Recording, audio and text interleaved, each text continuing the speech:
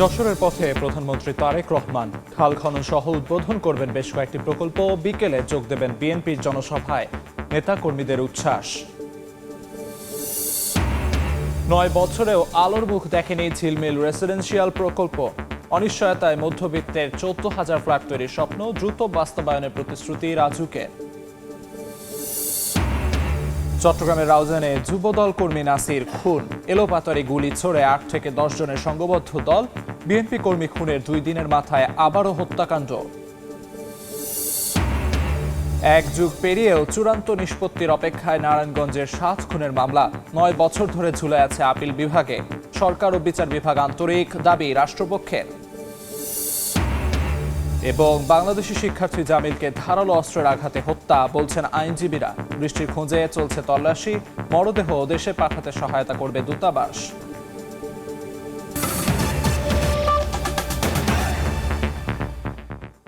সময় সংবাদের সঙ্গে আছি আমি আমিরুল ইসলাম আলিফ। যশোরের পথে প্রধানমন্ত্রী তারেক রহমান। সরকার গঠনের পর এটি তার প্রথম যশোর সফর। উলাসী যদুনাথপুর খাল পুনর্খনন কাজের উদ্বোধন করবেন প্রধানমন্ত্রী। এছাড়া যশোর মেডিকেল কলেজের 500 শয্যার হাসপাতালের ভিত্তিপ্রস্তর স্থাপন, যশোর ইনস্টিটিউট পাবলিক লাইব্রেরি পরিদর্শন ও বিকেলে জেলা বিএনপির জনসভায় ভাষণ দেবেন তারেক রহমান। সরকার প্রধানের সফর ঘিরে ব্যানার ফেস্টুনে ছেয়ে গেছে পুরো শহর। জেলা বিএনপির আয়োজনে যশোর ঈদগাহে শেষ হয়েছে মঞ্চ প্রস্তুতির কাজ। প্রধানমন্ত্রীর এই সফরে জেলার দীর্ঘদিনের জনপ্রত্যাশা পূরণ হবে বলে প্রত্যাশা করছেন জনপ্রতিনিধিরা।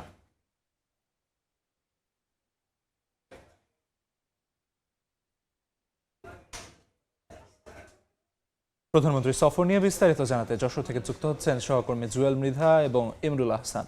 শুরুতেই যাচ্ছি জুয়েল মৃধার কাছে। প্রধানমন্ত্রী তারেক রহমান যশোরে আসার উদ্দেশ্যে ঢাকা বিমানবন্দর থেকে বিমানে উত্তরণ করেছেন এবং যশোর বিমানবন্দরে কিছুক্ষণের মধ্যেই এসে উনি অবতরণ করবেন। যশোর বিমানবন্দরে তাকে স্বাগত জানাতে বিদ্যুৎ জ্বালানি প্রতিমন্ত্রী অনিন্দ্য ইসলাম অমিত সহ জেলা বিএনপি এবং খুলনা বিভাগের শীর্ষ নেতৃবৃন্দ এখানে উপস্থিত আছেন। পাশাপাশি বিভিন্ন আইন শৃঙ্খলা বাহিনীর সদস্যরাও এখানে উপস্থিত আছে। প্রধানমন্ত্রীর এই আগমনকে ঘিরে সকাল থেকেই কিন্তু নিরাপত্তার চাদরে ঢেকে ফেলা হয়েছে বিমানবন্দর এলাকা। ডগ স্কোয়াড দিয়ে এখানে প্রতিটি গাড়ি, প্রতিটি কণা পরীক্ষা নিরীক্ষা করা হয়েছে যাতে নিরাপত্তা কোনো ঘাটতি না থাকে। প্রধানমন্ত্রী এখানে এসে অবতরণের পর তিনি এখান থেকে যশোরের শার্শা উপজেলার উলসির উদ্দেশ্যে রওনা হয়ে যাবেন। সেখানে আজকে তিনি উলসি খাল পুনঃখনন করবেন। এছাড়া যশোরে তার আরও অনেক কিছু কর্মসূচি রয়েছে, তার মধ্যে রয়েছে যশোর মেডিকেল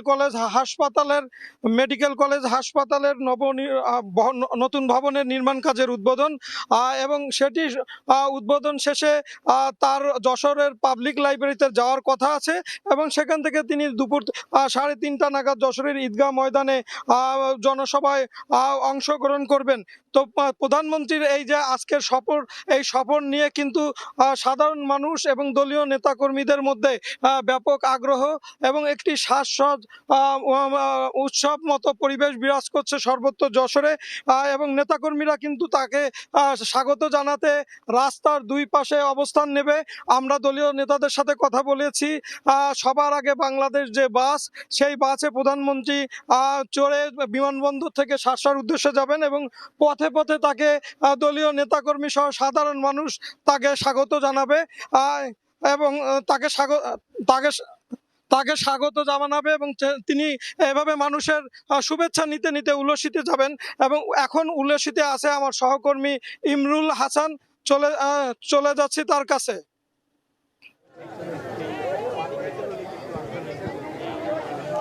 50 বছর পর উলুশির মানুষ আবার নতুন করে স্বপ্ন দেখছে। 50 বছর আগে এই উলুশি খালটি উদ্বোধন করেছিলেন তৎকালীন রাষ্ট্রপতি জিয়াউর রহমান 1976 সালের 1 নভেম্বর। উনি এই উলুশি খাল, উলুশি যদুনাথ খালটি উনি উদ্বোধন করেছিলেন। এর ফলে এখানে একটি কৃষি বিপ্লব হয়েছিল এবং গত 50 বছরে এই খালটি তেমন সংস্কার করা হয়নি। দর্শক হয়তো দেখতে পাচ্ছেন যে এই খালটি জরাজীর্ণ অবস্থায় পড়ে আছে, মৃতপ্রায়, ভরাট হয়ে গিয়েছে। যেহেতু গত 50 বছরে এই খালটি আর কোনো সংস্কার করা হয়নি, এই কারণে নতুন করে যে স্বপ্ন দেখছেন এই এলাকার যারা কৃষিজীবী মানুষ তারা বিশেষ করে তাদের ফসলি যে আবাদ সেটি আসলে ব্যাঘাত ঘটেছে। কিছু বিলের পানি আসলে কয়েক মাস এখানে আটকে থাকে, যেটি আসলে ফসলের মৌসুম। এই খালটি পুনর্খননের ফলে সেই বিলের পানিগুলো এই খালটির মাধ্যমে নদীতে প্রবাহিত হবে। এই উলসি যদুনাথপুর খালটি বেতকা নদীর সাথে সংযোগ স্থাপন করা হয়েছিল 1976 সালের 1 নভেম্বর, যে প্রকল্পটি উদ্বোধন করেছিলেন রাষ্ট্রপতি জিয়াউর রহমান। আর সেই প্রকল্পটি আজকে পুনর্খননের কাজ উদ্বোধন করছেন প্রধানমন্ত্রী তারেক রহমান। উনি বেলা 11:30টায় এই প্রকল্পটি এখানে আসবেন উলুশি এলাকায়, এবং এখানে একটি সুধী সমাবেশে উনি বক্তব্য রাখবেন। এছাড়া তার আজকে ব্যস্ত কর্মসূচি রয়েছে, যেটি জুয়েল মৃধা দর্শকদের জানিয়েছেন। সেই সর্বশেষ উনি জনসভায় বক্তব্য রাখার মধ্য দিয়ে তার আজকে যশোরের কর্মসূচি শেষ করবেন। এখানে একটি সুধী সমাবেশে বক্তব্য রাখবেন উলুশিতে। সরাসরি যুক্ত ছিলাম যশোরে। ঢাকার মধ্যবিত্তদের স্বপ্ন দেখানো 14,000 ফ্ল্যাটের ঝিলমিল রেসিডেন্সিয়াল পার্ক আলোর মুখ দেখেনি 9 বছরেও। কেরানীগঞ্জে 160 একর জমিতে মাটি ভরাট ও গাছপালা লাগানো ছাড়া কিছুই হয়নি। শর্ত ভঙ্গের অভিযোগে মালয়েশিয়ান প্রতিষ্ঠান বিএনজি গ্লোবালের সঙ্গে চুক্তি বাতিল করেছে রাজুক। সংস্থাটি বলছে প্রকল্পটি পুনরায় নকশা করে দ্রুত বাস্তবায়নের উদ্যোগ নেওয়া হচ্ছে। বিস্তারিত জানাচ্ছেন তানভীর হাসান মেঘ। ঢাকা মাওয়া মহাসড়কের কোল ঘেঁষে কেরানীগঞ্জে 9 বছর আগে যাত্রা করে ঝিলমিল রেসিডেন্সিয়াল পার্ক প্রকল্প। মধ্যবিত্ত মানুষের জন্য রাজধানীতে থাকবে অন্তত একটি ফ্ল্যাট, এমন স্বপ্ন দেখানো প্রকল্পে গাছগাছালি, রাস্তা, ড্রেন আর বিদ্যুতের খুঁটি বসলেও ওঠেনি একটিও ভবন। কথা ছিল 160 একর জমির ওপর গড়ে ওঠা প্রকল্পে বিভিন্ন ক্যাটাগরিতে প্লট ও ফ্ল্যাট পাবেন সরকারি বেসরকারি চাকরিজীবী ও পেশাজীবীরা। 2017 সালের সরকারি বেসরকারি অংশীদারিত্ব পিপিপি মডেল চুক্তি হয় মালয়েশিয়ার বিএনজি গ্লোবাল হোল্ডিংস কনসোর্টিয়ামের সঙ্গে। প্রস্তাবিত 85টি ভবনের মধ্যে 20 তলা 60টি এবং 25 তলা 25টি ভবন, যার চুক্তিমূল্য ছিল প্রায় 10,000 কোটি টাকা। মোট 14,000 অ্যাপার্টমেন্ট নির্মাণের লক্ষ্যে নির্ধারণ করা হয় বিভিন্ন আকারে 1400, 1600 ও 2200 বর্গফুট। চুক্তি অনুযায়ী পুরো প্রকল্প বাস্তবায়নের সময় ধরা হয় 8 বছর। এর মধ্যে 4 বছর নির্মাণকাল এবং পরবর্তী 4 বছর রক্ষণাবেক্ষণকাল নির্ধারণ করা হয়েছিল। কিন্তু সময় গড়িয়েছে, বদলেছে বাস্তবতা। প্রায় 9 বছর পেরিয়ে গেলেও পুরো প্রকল্প এখনও বসবাসযোগ্য হয়ে ওঠেনি। সরেজমিনে দেখা যায় রাজুকের তত্ত্বাবধানে অভ্যন্তরীণ ড্রেনেজ ও রাস্তার কিছু কাজ চলছে। তবে সবচেয়ে বড় ধাক্কা আসে সম্প্রতি। মালয়েশিয়ান প্রতিষ্ঠান বিএনজি গ্লোবালের বিরুদ্ধে শর্তভঙ্গের অভিযোগ তুলে প্রায় 14,000 ফ্ল্যাট নির্মাণের জন্য করা চুক্তি বাতিল করে রাজুক। পিপিপি না হলে রাজুকের অর্থায়নে এই প্রকল্প রিডিজাইনের চিন্তা করছে রাজুক বলে জানালেন প্রকল্প পরিচালক। আমরা খবর নিছি মালয়েশিয়ান এমবেসি থেকে, তারা বলছে যে তাদের এটা করার কোনো আর্থিক সক্ষমতা নাই, টেকনিক্যাল সক্ষমতা নাই, এবং আমরা তাদের যে অফিসের অ্যাড্রেস সেটাও খুঁজে পাইনি।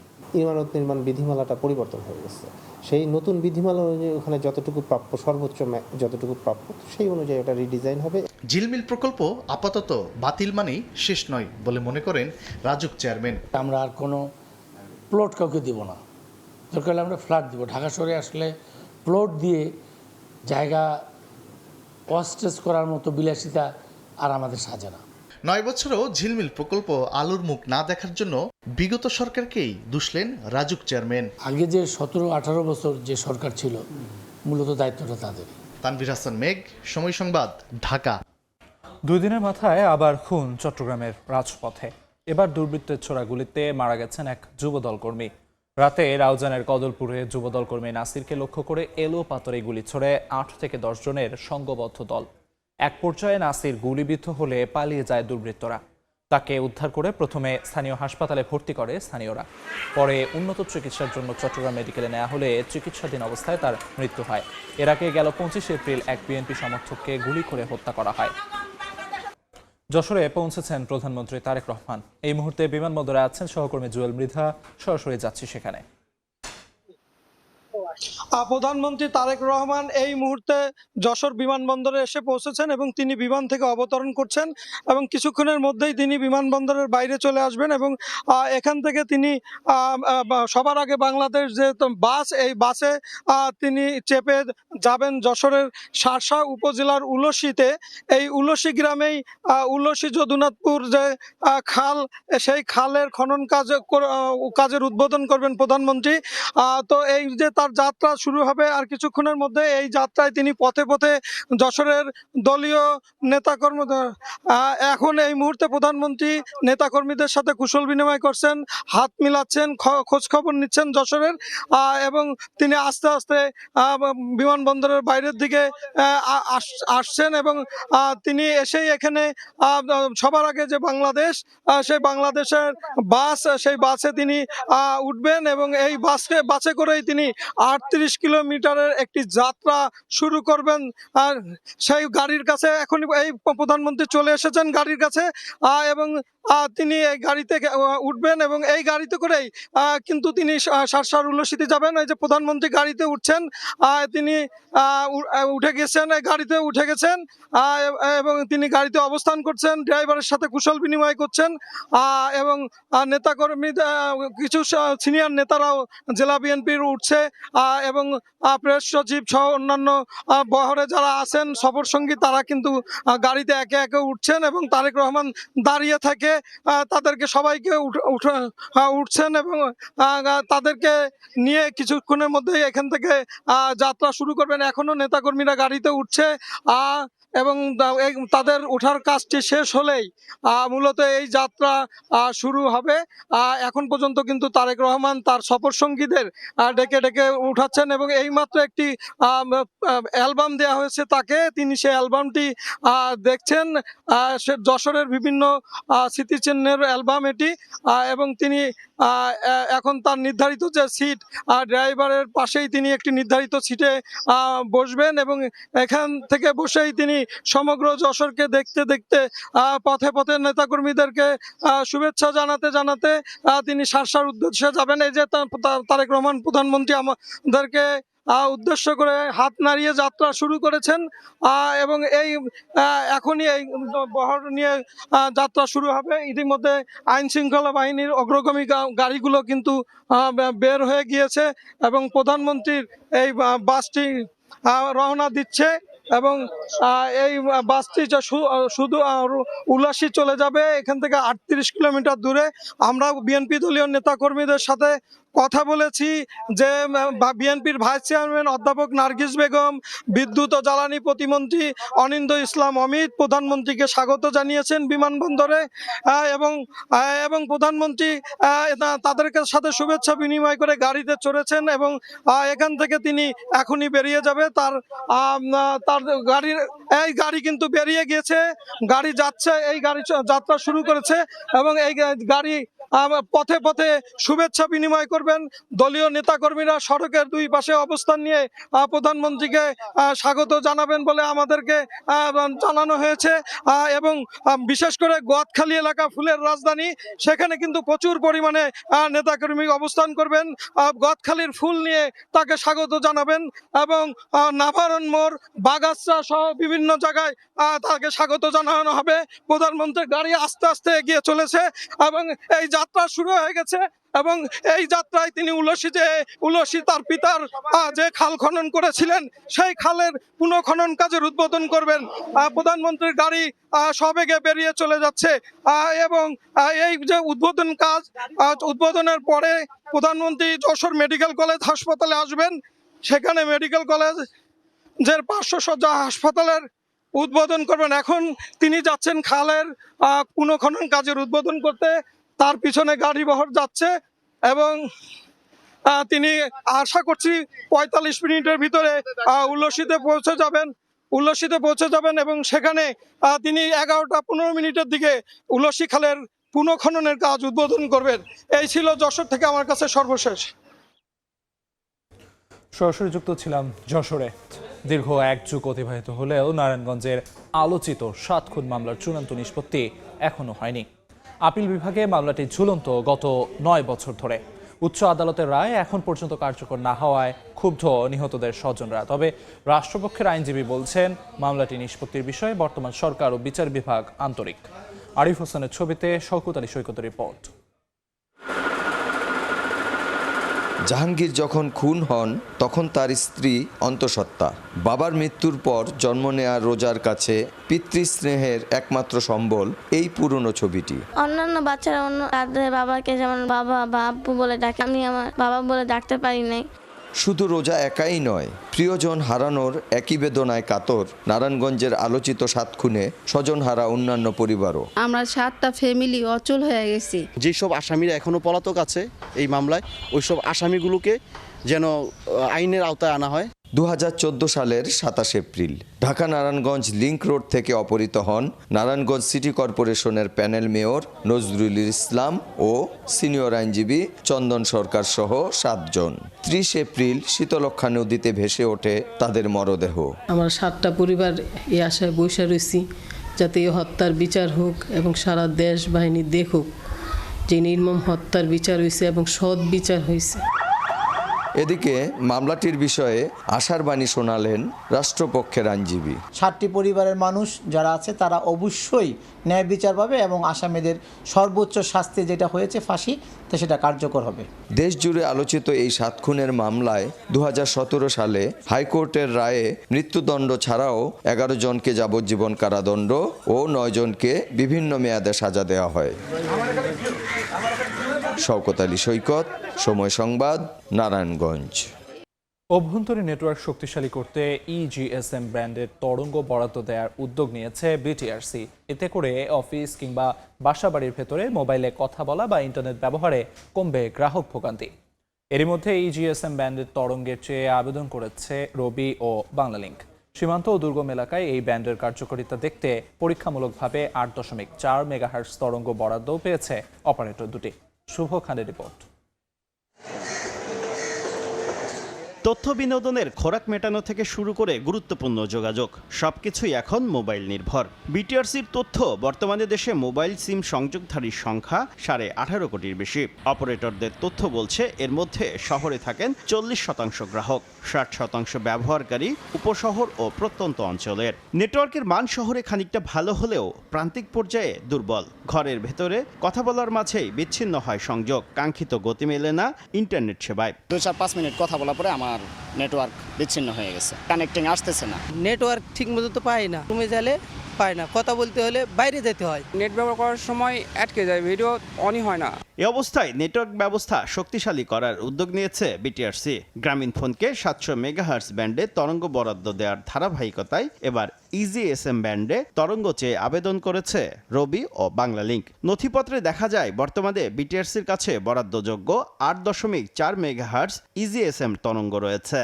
এর মধ্যে 3.4 মেগাহার্টজ করে 6.8 মেগাহার্টজ তরঙ্গ চেয়েছে রবি ও বাংলালিংক। তবে তার আগে পার্শ্ববর্তী দেশের ব্যবহৃত 850 মেগাহার্টজ ব্যান্ড এবং ইজিএসএম তরঙ্গের বাধা কতটুকু তা জানতে চায় অপারেটর দুটি।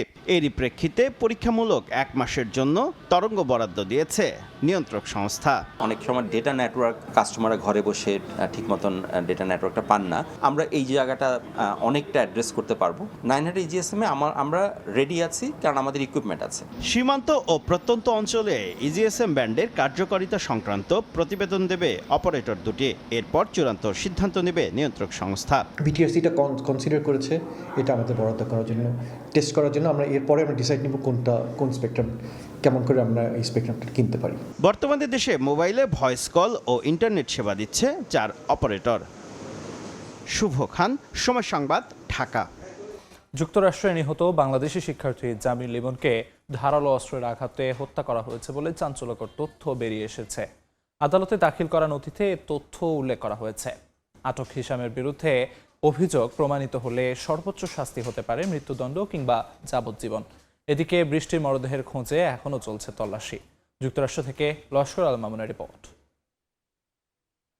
ভয়াবহ নৃশংসতায় নিভে গেল দুটি জীবন প্রদীপ, যাদের প্রাণহীন দেহের কিছু অংশ পেতে প্রতীক্ষার নির্ঘুম প্রহর গুনছেন স্বজনরা। প্রিয় সন্তানের দেহাবশেষ পাওয়াই যেন এখন তাদের একমাত্র সান্ত্বনা। অন্যদিকে জোড়া খুনের খড়গ মাথায় নিয়ে মার্কিন কারাগারে ঘাতক হিশাম আবুঘর বেহ। গেল শুক্রবার হাওয়ার্ড ফ্রাঙ্কল্যান্ড ব্রিজের নিচে জামিল লিমনের দেহাবশেষ উদ্ধার হলেও হদিস মেলেনি নাহিদা সুলতানা বৃষ্টির। আধুনিক প্রযুক্তির সহায়তায় বৃষ্টির সন্ধানে বন জঙ্গল ও জলরাশি চষে বেড়াচ্ছেন উদ্ধারকারীরা। বৃষ্টির মরদেহ পূর্ণাঙ্গ অবস্থায় পাওয়া যাবে কিনা তা নিয়েও রয়েছে সংশয়। নাহিদা বৃষ্টির ভাই জানিয়েছেন, হিশামের বাসাতে পাওয়া রক্তের নমুনার সঙ্গে তার বোনের ডিএনএর মিল পেয়েছে মার্কিন পুলিশ। তাদের ধারণা, পরিকল্পিতভাবে এই জোড়া হত্যাকাণ্ড ঘটিয়েছেন হিশাম। খুনের নেপথ্যে হিশামের ব্যক্তিগত আক্রোশ নাকি অন্য কোনো মনস্তাত্ত্বিক কারণ রয়েছে তা খতিয়ে দেখছেন গোয়েন্দারা। নৃশংস এ ঘটনায় গ্রেপ্তার হিশামের বিরুদ্ধে দুটি ফার্স্ট ডিগ্রি মার্ডার বা পরিকল্পিত খুনের অভিযোগ আনা হয়েছে। পুলিশ বলছে তার বিরুদ্ধে পারিবারিক সহিংসতা, শারীরিক প্রহার, অন্যায়ভাবে আটক রাখা, তথ্য প্রমাণ নষ্টের চেষ্টা, মৃত্যুর তথ্য গোপনের উদ্দেশ্যে পুলিশকে তথ্য না জানানো এবং বেআইনিভাবে মৃতদেহ সরানোর 6টি সুনির্দিষ্ট অভিযোগ আনা হয়েছে।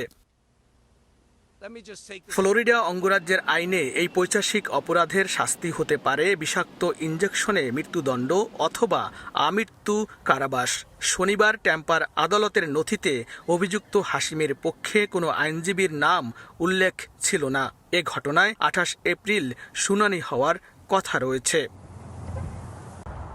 জামিল ও বৃষ্টির হত্যাকারীর সর্বোচ্চ সাজা নিশ্চিত সহ তাদের মরদেহ পেতে ওয়াশিংটন ডিসির বাংলাদেশ দূতাবাস এবং মায়ামিতে বাংলাদেশ কনসুলেট জেনারেল সংশ্লিষ্ট মার্কিন কর্তৃপক্ষের সঙ্গে সার্বক্ষণিক যোগাযোগ রাখছে।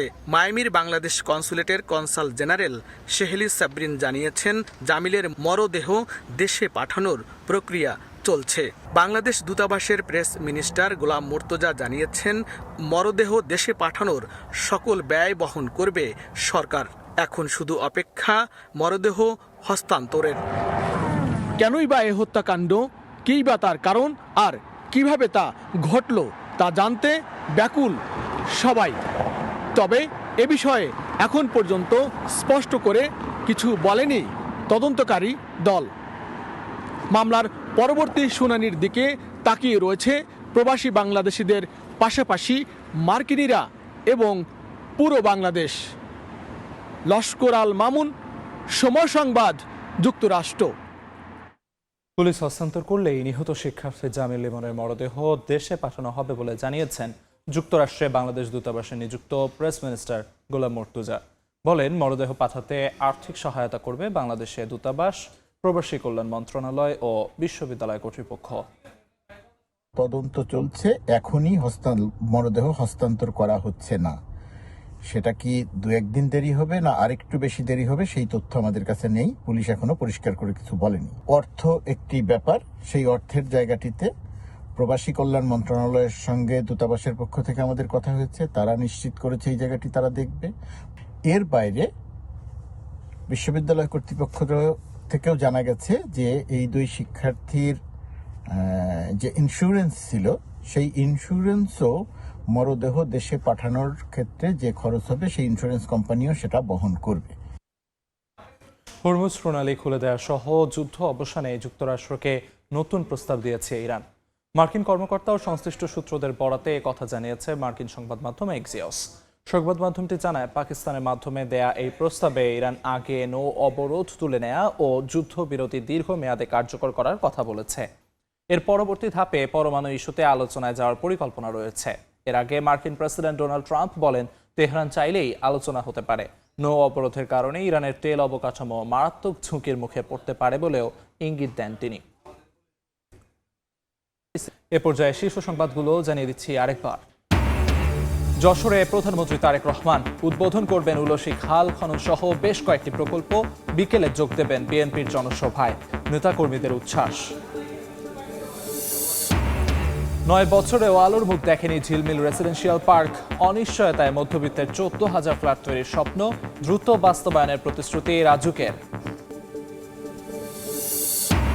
এবং বাংলাদেশি শিক্ষার্থী জামিলকে ধারালো অস্ত্রের আঘাতে হত্যা, বলছেন আইনজীবীরা। বৃষ্টির খোঁজে চলছে তল্লাশি, মরদেহ দেশে পাঠাতে সহায়তা করবে দূতাবাস।